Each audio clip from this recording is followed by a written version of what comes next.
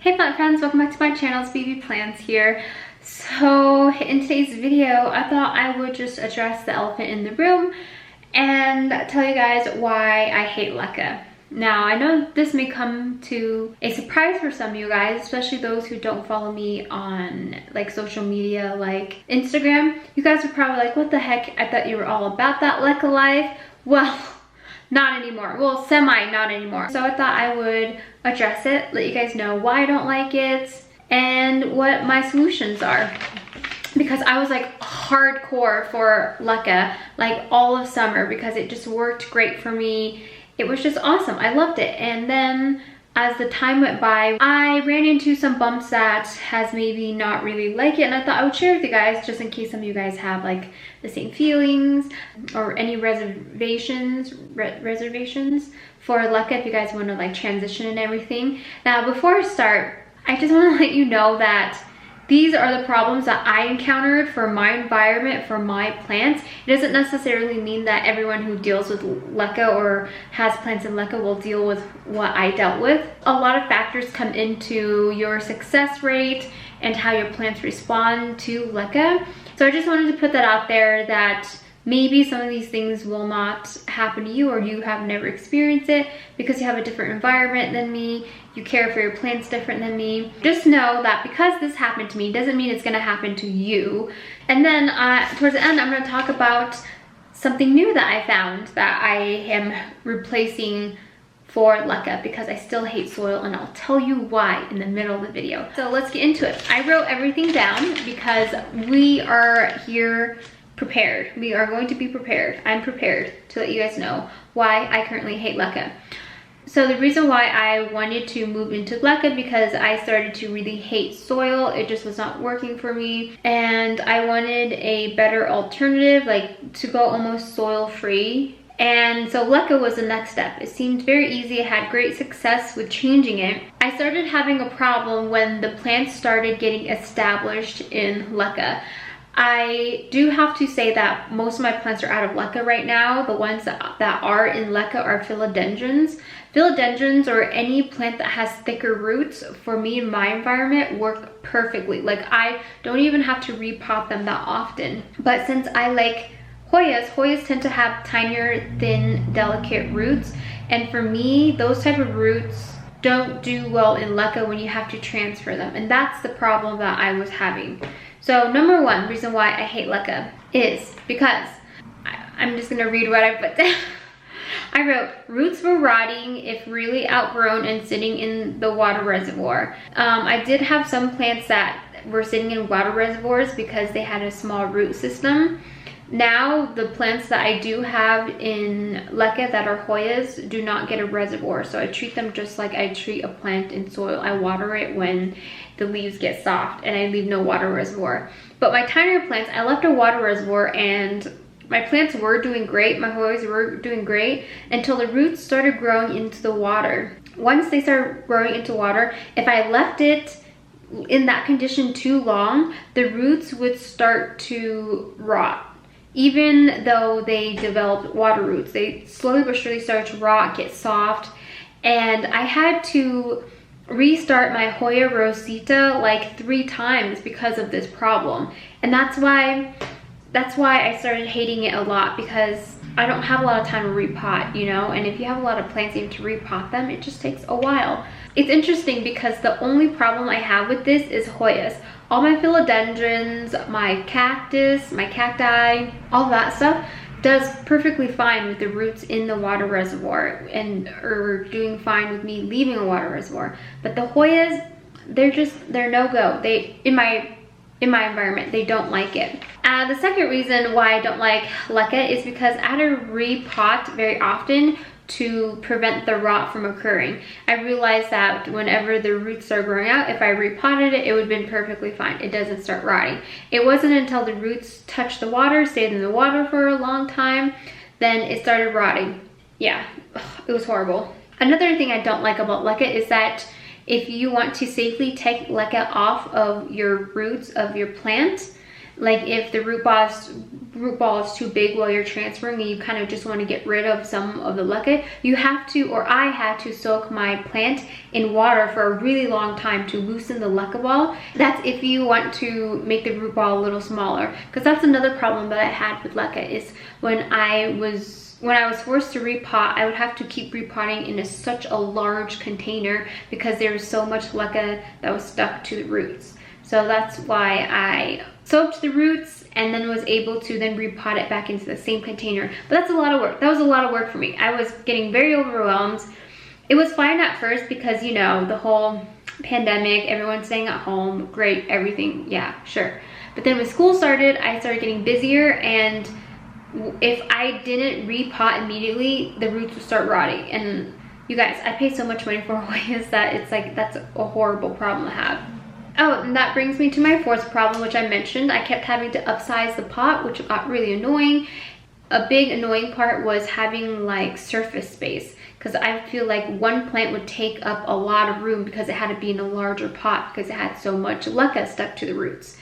I used to like chop the roots off of my plants and then just repot back in. That for me worked perfectly fine with philodendrons. With HOYAS, they do not like that. And also HOYAS like to be root bound and kept like really dry to encourage flowering. And so that's why whenever I was cutting off the roots, I'm like, am I like furthering it away from getting it to flower because it's like constantly growing new roots? It's just an internal battle that I always had. But another thing about the constant upsizing the pot that I wrote down was ugly pots. I couldn't find any cute pots. I see all the time on social media people who have plants in Lecca. Their pots and their like environments and stuff that look so cute. And when it came to me, I'm like, nope, it does not look cute. And so I wrote ugly pots, horrible. I'm a terracotta pot type of girl. It just got really overwhelming. It does not work with my busy schedule, especially with a lot of plants. That is what I guess I am trying to stress, is that having a lot of plants and then having them in Lecca and then having to do all of this stuff, like all the steps, got really overwhelming. And it was just getting too much for me. That's another reason why I'm like, I can't do Lecca anymore. And okay, so yeah, that's an abrupt end. So those are pretty much all the stuff that I hate about Lecca. The reason why I switched all my plants over, like mostly HOYAS, from Lecca to a different growing medium. Me and Lecca just are not a good match. I do like Lecca for my philodendrons or any plant that has thick roots. My philodendrons love Lecca so much. It's very easy care maintenance.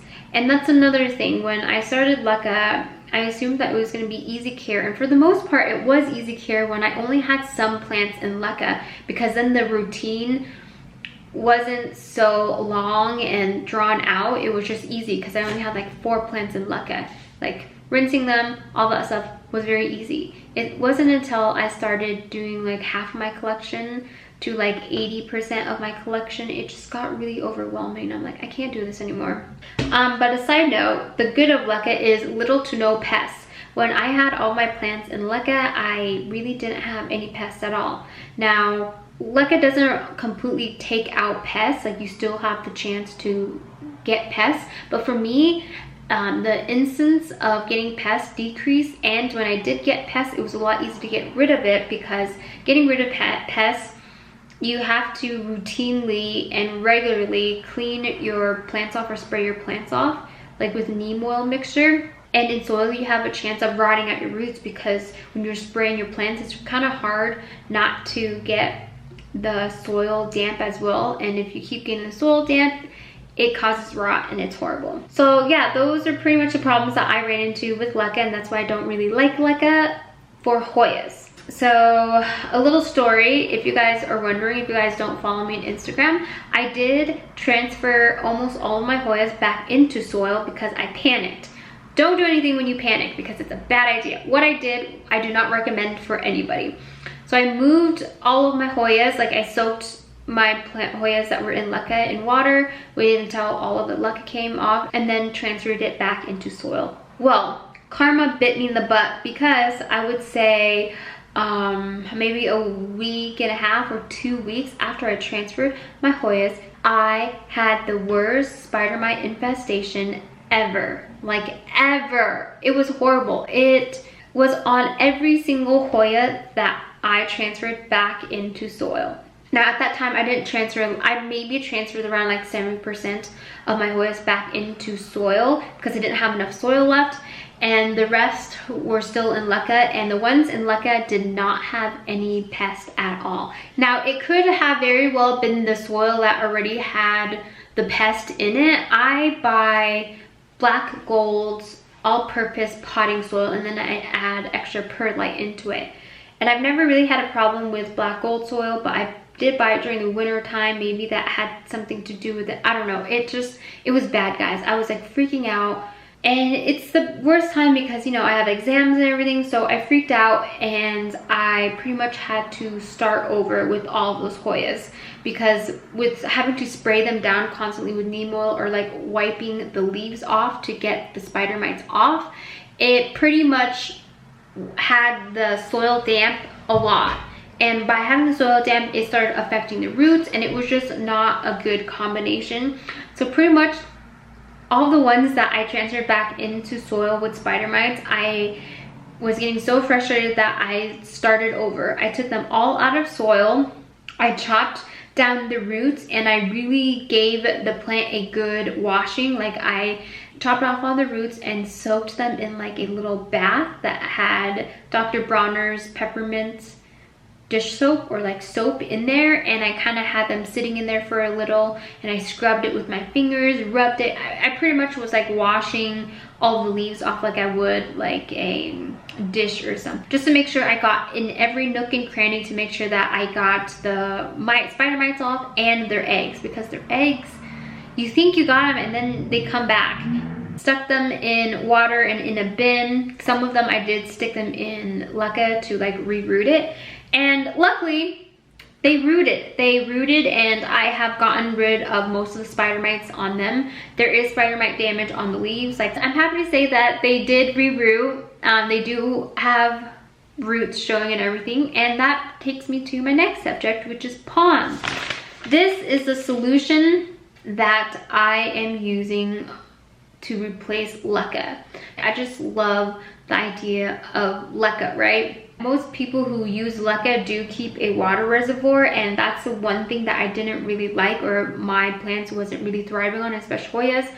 And I felt like I was doing it wrong because everyone's like, no, leave a water reservoir, but water reservoirs just didn't really work out for me for Hoyas. So that's why I wanted to find like a happy medium, and that's when most of you guys introduced me to pond. So pond, if you guys don't know, it's LECA Pond. There's a guy on YouTube, I think he is from Europe. The way that he says LECA Pond is like so satisfying. It's awesome. I will try to link his video down below. I believe all of his videos are about pond. Yeah, LECA Pond, I used to call it LECA Pond, but LECA Pond is a company that makes this special like bonsai type of growing substrate.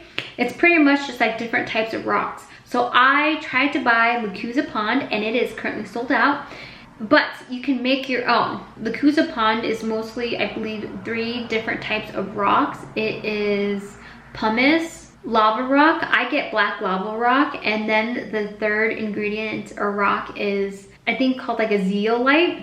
You can find more information about this online, but I'll leave the links down to where I got all my ingredients.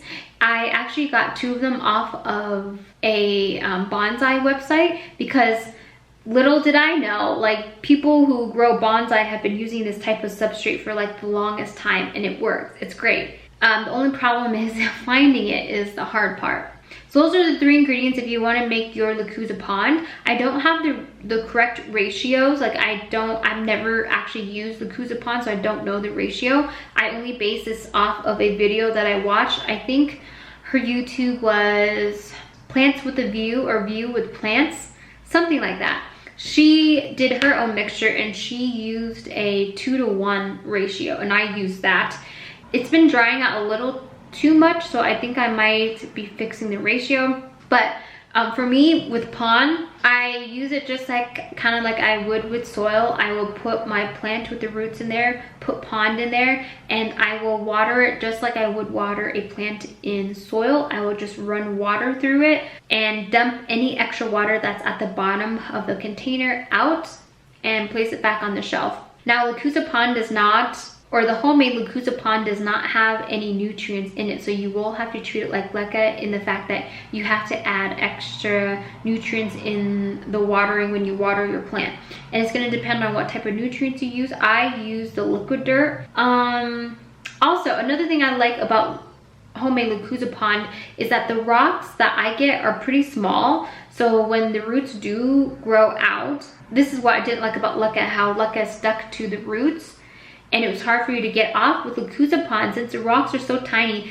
it does get stuck to the roots, but if you wanted to then transfer it to soil, it's a lot easier because it doesn't take a lot of room. Like, you can kind of shake off all the rocks in the pond off, and it does a pretty good job, as opposed to Lecca where it's just like large cocoa puffs that just take up so much room. Oh, I do use LECA pond with drainage holes. So I would put them in like plastic nursery pots, and I'll take like a net that I cut out. I get my net, a roll of this net material that I use at Home Depot in like back screen door type of area in Home Depot. And it's just like a huge roll that you can get. And I just cut it out to the shape of the container, place it in there so that the pond doesn't fall through the holes. Another reason why I like the LECA pond is that it's a lot easier to repot with it, and since these rocks are a lot smaller, they stabilize your plant a lot better, as opposed to Lecca where there's like lots of air pockets that can be created.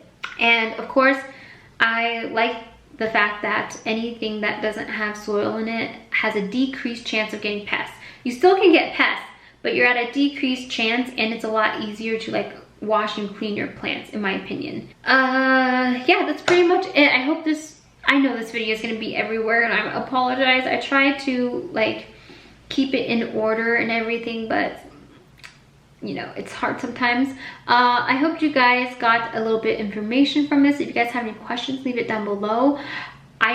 I want to make a note that I am by no means an expert at all in either Lecca or pond. Obviously, Lecca didn't work out for me, right? So, a downside of pond is it is quite expensive. I'm not going to lie about that. It is. Like, I think the 2 bags of pumice and black lava rock that I got equaled out to more, like $45 or something. I'm not an expert at pond.